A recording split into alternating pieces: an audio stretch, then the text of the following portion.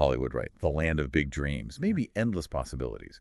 But for decades, especially if you were a black actor, that landscape, Mm, well, it came with some really profound, unyielding limitations. definitely. Before the cool capes, before the iconic starships, before Lando Calrissian became this instantly recognizable name, there was this one man quietly but powerfully changing the whole game, Mm-hmm. Billy Dee Williams. Yeah. He didn't just redefine what it meant to be a black leading man. He kind of broadened the whole definition of a Hollywood hero. But who was he before he was piloting the Millennium Falcon? Yeah. And what was his true, groundbreaking impact on an industry that really wasn't ready for him? Yeah, that's precisely the challenge he was up against. When you look back at, say, mid-20th century Hollywood, the opportunities for black actors were just incredibly constricted. Right. Roles were mostly confined to these really rigid stereotypes, servants, criminals, or frankly, often just two-dimensional caricatures. The whole idea of a black man as like a romantic lead or a complex dramatic hero, someone who could carry a mainstream film with universal appeal, for the industry back then, that was honestly almost unthinkable. Unthinkable. It was a systemic thing, a barrier, a real deep-seated lack of imagination, and it really held black talent captive. And it was this exact problem that Williams started to subtly but persistently dismantle. And that's exactly what we're here to unpack today. Our mission for this deep dive is really to pull out the most important insights from all the rich sources we've gathered on Billy Dee Williams' life and career. We want to understand the journey of this, remarkable Renaissance man from Harlem all the way to becoming a global icon and really grasp the quiet revolution he started. Let's do it. So, okay, let's really lean into this restrictive Hollywood landscape for just a second. It wasn't just limited roles. It was this constant, almost suffocating typecasting that dictated who black actors could be on screen. What did that actually look like day to day for someone trying to break in? Oh, it was a brutal reality. I mean, imagine constantly being offered roles that just stripped away your humanity. Right. You were almost never the nuanced protagonist, rarely the person with, real desires and complexities. You were often just a supporting character, there to serve the white leads or maybe to embody some kind of societal problem. Yeah. And this wasn't just a creative limitation. It was a really deeply ingrained, almost demeaning form of artistic segregation. Actors of color were just forced into these boxes, unable to truly show their range or tell stories that reflected their full experience. Yeah. It wasn't just about the roles that weren't there, but the kind of insidious power of the roles that were available, the way they reinforced harmful stereotypes. It paints a really stark picture, doesn't it? But into this world, a young William December Williams Jr. arrives, born in Harlem, New York, back in 1937. And what's truly fascinating is that his background wasn't just acting. It was incredibly rich artistically right from the start. Can you tell us a bit more about that? Yeah, you've really hit on something crucial there. His upbringing was, anything but conventional for an aspiring actor back then. Yeah. His mother, Loretta, she worked as an elevator operator, but she actually had opera training. Opera training. Yeah. And she's the one who really sparked his passion for the arts. So this wasn't just some guy who sort of stumbled into acting. Billy Dee Williams was a genuine Renaissance man right from the get-go. Like he was a painter, for instance, trained at the prestigious High School of Music and Art. He even got a scholarship to the National Academy of Fine Arts and Design. A painter? That's incredible.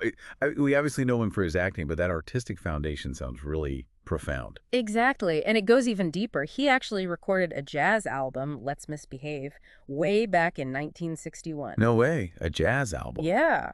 So he had this incredible artistic sensibility across, multiple disciplines. And his acting career, it started incredibly early. He was on Broadway at just 7 years old in The Firebrand of Florence. 7. And his first film role came in 1959, playing a young delinquent in The Last Angry Man. So yeah, he was steeped in performance and art right from childhood. What's truly remarkable, though, is that even with that early start, and given, the industry norms we were talking about, Williams clearly had this ambition for roles with real depth roles that, like you said, weren't just defined by race. How did he even think about breaking free from those constraints? What was his driving philosophy? Well, it was almost revolutionary for the time, really. He was apparently profoundly inspired by some advice from the legendary actor Paul Muni, who told him, you can play any character you want to play no matter who you are. Wow. And that idea just resonated deeply with him. In his memoir, What Have We Here, Williams himself put it perfectly. I wanted to be anyone I wanted to be. Simple but powerful. Right. This wasn't just some casual wish. It was like a core belief that really propelled him. He consistently went after what he called human roles, not just black roles, in an industry that, let's be honest, was stubbornly resistant to giving them. He was pushing against a very, very strong current, armed really only with this belief in his own versatile artistry. And here's where that current was about to face a seismic shift. In 1971, a made-for-TV movie called Brian's Song didn't just air. It became an absolute cultural milestone. Can you tell us about this film and why it was such a massive deal? Oh, absolutely. Brian's Song. It was based on this really poignant, true story of two Chicago Bears teammates, Gale Sayers, who Williams played, and Brian Piccolo, played by James Gaynor. Right, came in. And the film centered on their incredibly close interracial friendship, especially as Piccolo was battling terminal cancer. So a story about friendship, loyalty, facing tragedy, all in the very macho world of pro sports and across racial lines, and that sounds incredibly bold for 1971. It was beyond bold. It was unprecedented, depicting such a close emotional bond between a black man and a white man, particularly in that, hyper-masculine competitive environment that was truly revolutionary for its time. Yeah, I kind of. And the genius of the film, I think, was its deliberate focus on these universal themes: friendship, loyalty, love, the sheer vulnerability of facing tragedy. These themes just transcended racial lines. It allowed viewers to connect with the characters simply as human beings, not primarily through the lens of race. And Williams' portrayal of Gale Sayers, our sources are calling it a masterclass in quiet strength and raw emotion. He captured this dignified sorrow that just resonated. What was the immediate impact of a performance like that? It absolutely captivated the nation. The impact was just immense. Over 50 million viewers tuned in. 50 million. Yeah, making it the most watched TV movie of 1971. And Williams' performance was so powerful, so impactful, he earned an Emmy nomination for Best Actor. An Emmy nod, wow. Which was a truly rare thing for a black actor in a leading dramatic role back then. It just underscored the profound power of his performance. Williams himself spoke so powerfully about the film's significance, too. He called it, and I quote, a love story, really, between two guys, without sex, a breakthrough in terms of racial division. And when we connect this to the bigger picture, Brian's Song wasn't just, a hit TV movie. It was, like you said, a cultural earthquake. Here's the core insight it really delivered. It just shattered Hollywood's long-held assumption that complex black male vulnerability wouldn't resonate with predominantly white audiences. That wouldn't play. Exactly. It proved definitively that universal themes could override racial barriers. It opened this critical pathway for black actors to lead with real emotional depth and nuance. It shifted perceptions on a massive scale by showing that audiences craved authentic human connection, regardless of race. It basically showed the industry a new way forward. So given that undeniable success, how did Brian's Song actually translate into tangible changes for Billy Dee Williams' career, and maybe more broadly, for how Hollywood approached black talent? Well, the effects were immediate and pretty profound. Williams himself talked about how the film fundamentally changed prejudiced minds, even in the South, after just one viewing. Really? After one viewing? That's what he said. His portrayal of Sayers. It wasn't a stereotype. It was a man of deep feeling, quiet strength, raw vulnerability. It powerfully dismantled those racial caricatures. It normalized emotional complexity and vulnerability across racial lines. Think about Sayers' real-life speech, where he actually said, "I love Brian Piccolo." Oh yeah, that famous line. Williams delivered that with such searing honesty, it made it resonate universally. It just broke down walls many people thought were unshakable. And the film's success absolutely launched his career, didn't it? I mean, he secured that amazing 7-year contract with Motown's Berry Gordy, which must have been huge. It truly was a pivotal moment. And what's fascinating here is how Brian's Song unequivocally proved this crucial point. A black actor could lead a dramatic story, could connect emotionally with tens of millions of viewers, and could handle complex, sensitive themes like interracial friendship and terminal illness with real grace and nuance. It fundamentally opened doors for black actors. It demonstrated that their stories could resonate universally and achieve both critical acclaim and significant commercial success. This was a critical turning point. The industry just couldn't ignore it after that. But Williams didn't just, rest on that success, which he probably could have.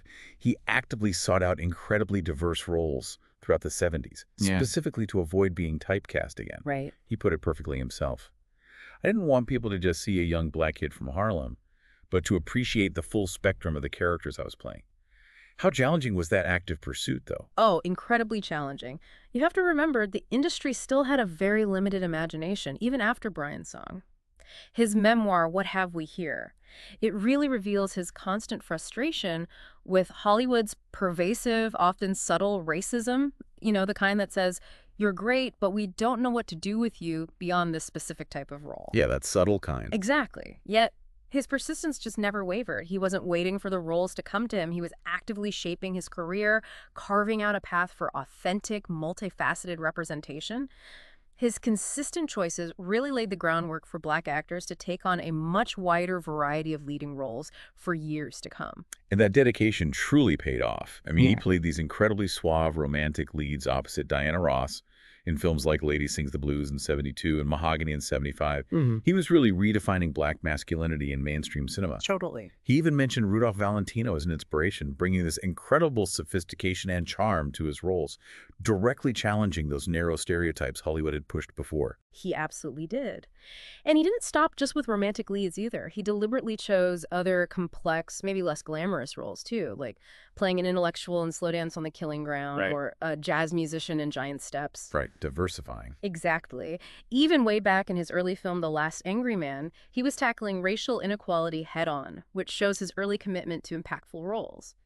These choices were intentional, like a deliberate act to break out of any new box the industry might try to put him in after Brian's song's success. And then, in 1980, Williams achieved something few actors ever do, like true global iconic recognition. He became Lando Calrissian in The Empire Strikes Back. Yeah, Lando, this role was just monumental. He was the first Black actor in a major Star Wars role, and that franchise was already a cultural juggernaut. Oh, yeah. And Lando himself wasn't just some sidekick. He was, and still is, this incredibly smooth, charismatic, complex character. Became a fan favorite almost instantly. It put him on a truly global stage. He even shared a really interesting personal insight about that role. He said he loved that the name Calrissian sounded Armenian. Oh, interesting. Yeah, because it allowed him to craft a truly universal character, not one limited by preconceived notions. Like, he wasn't playing a Black character, he was playing the character Lando Calrissian. Exactly. That's a great point. And J.J. Abrams, who obviously knows the Star Wars universe inside and out, he noted Lando's profound impact. He said that people of color were seeing themselves represented in a rich, wonderful, intriguing way. Lando's success in what had been a predominantly white science fiction genre, that was a major milestone. It really paved the way for more Black actors to take on prominent, diverse roles in major blockbusters and genre films. It opened up a whole new dimension of possibility, really. And just to cement that iconic status even further, Williams returned as Lando in The Rise of Skywalker at the incredible age of 82. Amazing, right? What a full circle. And it's interesting, well, Williams himself apparently stated he was proudest of Brian's song because of its direct social impact, that immediate societal shift. Right, the earthquake. Yeah, exactly. He acknowledged that Lando brought his barrier-breaking work to a truly global stage. It built directly on that decade-long fight he'd waged against stereotypes. It was like the culmination of his quiet persistence, making him visible to literally billions. So, as we bring this deep dive to a close, what's the lasting takeaway here? What's the deeper truth about Billy Dee Williams? What's the real essence of his legacy? Well, the deeper truth, I think, is that Billy Dee Williams was so much more than just the guy in the cool cape, Yeah. He was a classically trained artist, a genuine Renaissance man with a painter's eye and an actor's soul. Before Star Wars ever even hit the screen, he ignited this real cultural shift with Brian's song.